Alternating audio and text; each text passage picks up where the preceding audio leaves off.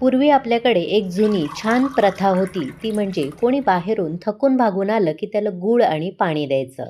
कालांतराने ह्या प्रथेचा सर्वांनाच विसर पडला आहे. पण ही प्रथा आपण अजूनही चालू ठेवू शकतो एक वेगळ्या पद्धतीने. म्हणूनच आज मी तुम्हाला अतिशय साध्या सोप्या पद्धतीने गुळाचं सरबत कसं बनवायचं हे दाखवणार आहे. शिवाय हे सरबत एकदा बनवून ठेवलं की 2 ते 3 महिने फ्रीजमध्ये आरामात तुम्ही टिकवून ठेवू शकता. चला तर मग फार वेळ न घालवता लगेचच पाहूया सोप्या पद्धतीने थंडगार, पाचक आणि स्वस्तात मस्त असं गुळाचं सरबत कसं बनवायचं. नमस्कार, मी प्रेषिताच किचनमध्ये तुम्हा सर्वांचे नेहमीप्रमाणे खूप खूप स्वागत करते. गुळाचं सरबत बनवण्याआधी आपण एक पूर्वतयारी करू. तर इथे मी एक बाउल घेतला आहे आणि त्यामध्ये 2 मोठे चमचे भरून मी सब्जा घालणार आहे. सब्जाचे फायदे सर्वांनाच माहिती असतील. गुणधर्माने थंड असलेला सब्जा उन्हाळ्यामध्ये दररोज खायलाच हवा. सब्जामध्ये भरपूर प्रमाणात कॅल्शियम, फॉस्फरस, लोह असतं, त्याचप्रमाणे फायबर असतं, त्यामुळे बराच काळ पोट भरलेलं राहतं, त्यामुळे वजन कमी होण्यास मदत होते. आता या सब्जामध्ये मी भरपूर असं पाणी घालणार आहे आणि ह्या बिया आपल्याला थोडा वेळ भिजत घालायचं आहे. जोपर्यंत आपलं सरबत तयार होतं तोपर्यंत आपण या बिया भिजत घालायच्या आहेत. सब्जाच्या बियांचा गुणधर्म हा थंड असल्याने शरीरातील उष्णता कमी करण्यास मदत करतात. त्याचप्रमाणे रक्तदाब नियंत्रित ठेवण्याचं काम या सब्जांच्या बिया करतात. सोबतच ॲसिडिटी आणि पोटामध्ये जी जळजळ होते ती सुद्धा कमी करण्याचं काम सब्जाच्या बिया करतात. यामध्ये भरपूर अँटीऑक्सिडंट असल्यामुळे त्वचेसाठी देखील या बिया अत्यंत उपयोगी आहेत. सब्जाच्या बिया काही वेळ मी भिजत घातल्या आहेत. आता आपण सरबत बनवायला घेऊ. त्यासाठी गॅसवर मी एक कढई ठेवली आहे आणि त्यामध्ये आपल्याला पाणी घालायचं आहे. तर पाणी किती घालायचं? इथे मी अर्धा लिटर एवढं पाणी घालणार आहे. म्हणजे साधारण 2 कप एवढं आपल्याला पाणी घालायचं आहे. आता या पाण्यामध्ये आपल्याला घालायचं आहे मूठ भरून स्वच्छ धुतलेला पुदिना. या पुदिन्यामुळे आपल्या सरबताला एक छान अशी रिफ्रेशिंग चवसुद्धा येईल. खूप छान स्वाद लागतो पुदिना घातल्यामुळे आणि पुदिन्याचे फायदेसुद्धा सर्वांना माहिती आहे. गुणधर्माने पुदिनासुद्धा थंड असतो, पाचक असतो, शरीराला थंडावा देतो आणि उष्माघातापासून सुद्धा शरीराचं संरक्षण करतो. आता हा पुदिना आपल्याला या पाण्यामध्ये घालायचा आहे आणि थोडासा असा मिसळून घ्यायचा आणि पाण्याला एक मोठ्या आचेवर खळखळून उकळी आणायची आहे. इथे तुम्ही बघू शकता पुढच्या अर्धा ते 1 मिनिटातच पाण्याला खळखळून उकळी आली आहे. आता आणखीन मी 2 ते 3 मिनिटं हा पुदिना असाच मंद ते मध्यम आचेवर या पाण्यामध्ये उकळून घेणार आहे. म्हणजे या पुदिन्याचा सर्व अर्क या पाण्यामध्ये उतरला जाईल. इथे बघू शकता संपूर्ण पुदिन्याचा रंग या पाण्यामध्ये अर्क उतरला गेला आहे. आता हा पुदिना आपल्याला काढून टाकायचा. यामध्ये बिलकुल वास शिल्लक राहत नाही. सर्व गुणधर्म, स्वाद या पाण्यामध्ये उतरला गेला आहे. आता या पुदिन्याच्या पाण्यामध्ये आपला सर्वात महत्त्वाचा घटक आपल्याला घालायचा आहे, तो म्हणजे गूळ. इथे मी सेंद्रिय गूळ घेतला आहे. शक्यतो सेंद्रिय गूळ वापरा, कारण त्याचे अनन्यसाधारण फायदे आपल्या शरीराला होतात. तर हा गूळ इथे मी पाव किलो म्हणजे 250 ग्रॅम एवढा घेतला आहे आणि बारीक चिरून घेतला आहे. बारीक गूळ चिरल्यानंतरचं मी हे तुम्हाला वजन सांगितलं आहे, त्यामुळे ही गोष्ट लक्षात ठेवा.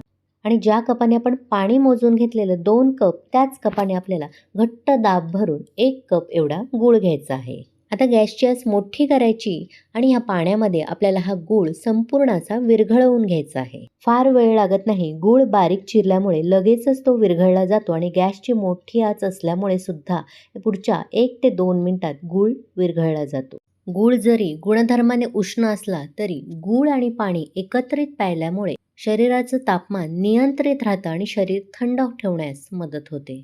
उन्हामुळे आपल्याला खूप घाम येतो आणि ती ऊर्जा खर्च होते. ती ऊर्जा भरून काढण्याचं काम गूळ पाणी करतं आणि लगेच ताजंतवानं वाटतं. गुळामध्ये लोह भरपूर प्रमाणात असतं, सर्वांनाच माहिती असेल. त्या लोहामुळे रक्ताची कमतरता दूर होते आणि उन्हामुळे आलेला थकवा सुद्धा दूर होण्यास मदत होते. इथे बघू शकता पुढच्या 2 मिनिटातच पाण्यामध्ये संपूर्ण गूळ विरघळला गेला आहे. आता लगेचच गॅसची आच मंद करायची आहे आणि पळीने आपल्याला मध्ये मध्ये असं मिक्स करून घ्यायचं आहे.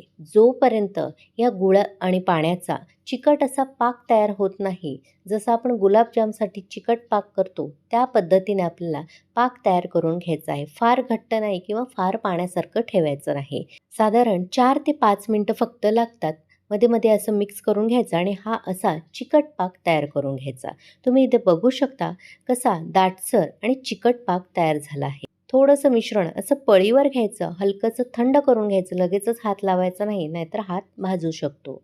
थोडंसं फुंकर मारून घ्यायची आणि आपल्याला बोटाने असा चेक करून घ्यायचा आहे. आपल्या बोटांना असा चिकटपणा जाणवेपर्यंतच आपल्याला हा पाक शिजवून घ्यायचा आहे. आता हे गुळाचं सरबत आणखीन स्वादिष्ट होण्यासाठी आणि आणखीन पाचक होण्यासाठी यामध्ये आपण काही जिन्नस मिक्स करूया.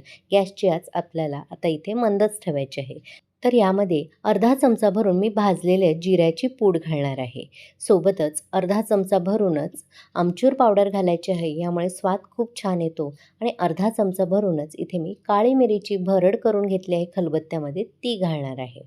अर्धा चमचा भरूनच काळं मीठ घालायचं आहे आणि अर्धा चमचा भरून साधं मीठ घालायचं आहे. आता मंद आचेवरच आपल्याला हे ह्यामध्ये एखाद मिनटं मिक्स करून घ्यायचं आहे आणि गॅसची आच मोठी करून फक्त आपल्याला काही सेकंदाची याला उकळी आणायची आहे. म्हणजे सर्व पदार्थ ह्यामध्ये एकजीव होतील आणि त्याचा स्वाद या सरबतामध्ये उतरला जाईल. इथे बघू शकता काही सेकंदातच 2 ते 3 सेकंदात उकळी आलेली आहे आणि आता आपल्याला लगेचच गॅस बंद करून घ्यायचा आहे आणि हे मिश्रण आपल्याला पूर्णपणे गार करून घ्यायचं आहे. काही मिनटं मी फॅनखाली ही कढई ठेवलेली, त्यामुळे लगेचच ते मिश्रण गार झालं आहे. ते बघू शकता रंग किती गडद झाला आहे आणि दाटसरसुद्धा झालं आहे. आता हे मिश्रण आपल्याला व्यवस्थित एकदम मिसळून घ्यायचं आहे, म्हणजे खाली काही गाळ बसला असेल तर तो व्यवस्थित एकत्रित होईल. इथे मी काचेची बाटली घेतली आहे. या काचेच्या बाटलीला स्वच्छ धुवून उन्हामध्ये कोरडं करून घेतलेलं. आता हे काचेच्या बाटलीमध्ये आपल्याला हे सिरप भरून ठेवायचं आहे. म्हणजे तुम्हाला हवं तेव्हा तुम्ही हे सरबत लगेचच बनवून पिऊ शकता. पाहिलेत ना किती साधी सोपी पद्धत आहे. मुख्य घटक फक्त गूळ आणि पाणी एवढंच आपल्याला मिक्स करून घ्यायचं आहे आणि घरातले छोटे मोठे जिन्नस मिक्स करायचेच. इथे आपलं सरबत तयार आहे. आता सरबत कसं बनवायचं ते पाहूया. इथे अर्धा लिटर एवढं मी पाणी घेतलं आहे आणि ह्यामध्ये थोडंसं लिंबू पिळून घेणार आहे, म्हणजे आणखीन मस्त सरबत लागेल. यामध्ये आपण तयार केलेलं सिरप घालायचं आहे. तुमच्या आवडीनुसार कमी जास्त प्रमाण तुम्ही करू शकता आणि भरपूर असा भिजवलेला सब्जा घालायचा आहे. सब्जा बघू शकता फक्त 2 चमचे घातलेला किती भरपूर असा तो बाउल भरून तयार झाला आहे. इथे मी 2 मोठी डाव भरून सब्जा घातला आहे. व्यवस्थित मिसळून घ्यायचा आणि जेव्हा तुम्हाला सरबत हे द्यायचं असेल तेव्हा बर्फाचे काही खडे घालायचे, म्हणजे आणखीन थंडगार असं सरबत लागेल. वरून थोडीशी पुदिन्याची पानं यामध्ये मी मिक्स करून घेणार आहे. तुम्हाला माझी आजची रेसिपी कशी वाटली? थोडी जरी आवडली असेल तर एक लाईक करा. जास्तीत जास्त लोकांना शेअर करा. प्रेषिताच किचनला सबस्क्राईब करायला विसरू नका. सोबतच नोटिफिकेशनचं ऑलचं बटन दाबा, जेणेकरून माझ्या अशाच सर्व रेसिपी तुम्हाला लगेचच पाहता येतील. ही रेसिपी नक्की करून बघा आणि तुम्हाला काय फरक जाणवला हे नक्की कळवा. खूप छान लागते आणि फायदे अगणित होतात. त्यामुळे ह्या तळपत्या उन्हाळ्यामध्ये साध्या सोप्या पद्धतीने स्वस्तात मस्त असं पाचक गुळाचं सरबत करून प्यायला विसरू नका. चला तर मग पुन्हा भेटू अशाच मस्त स्वादिष्ट आणि नवनवीन रेसिपीसह. धन्यवाद.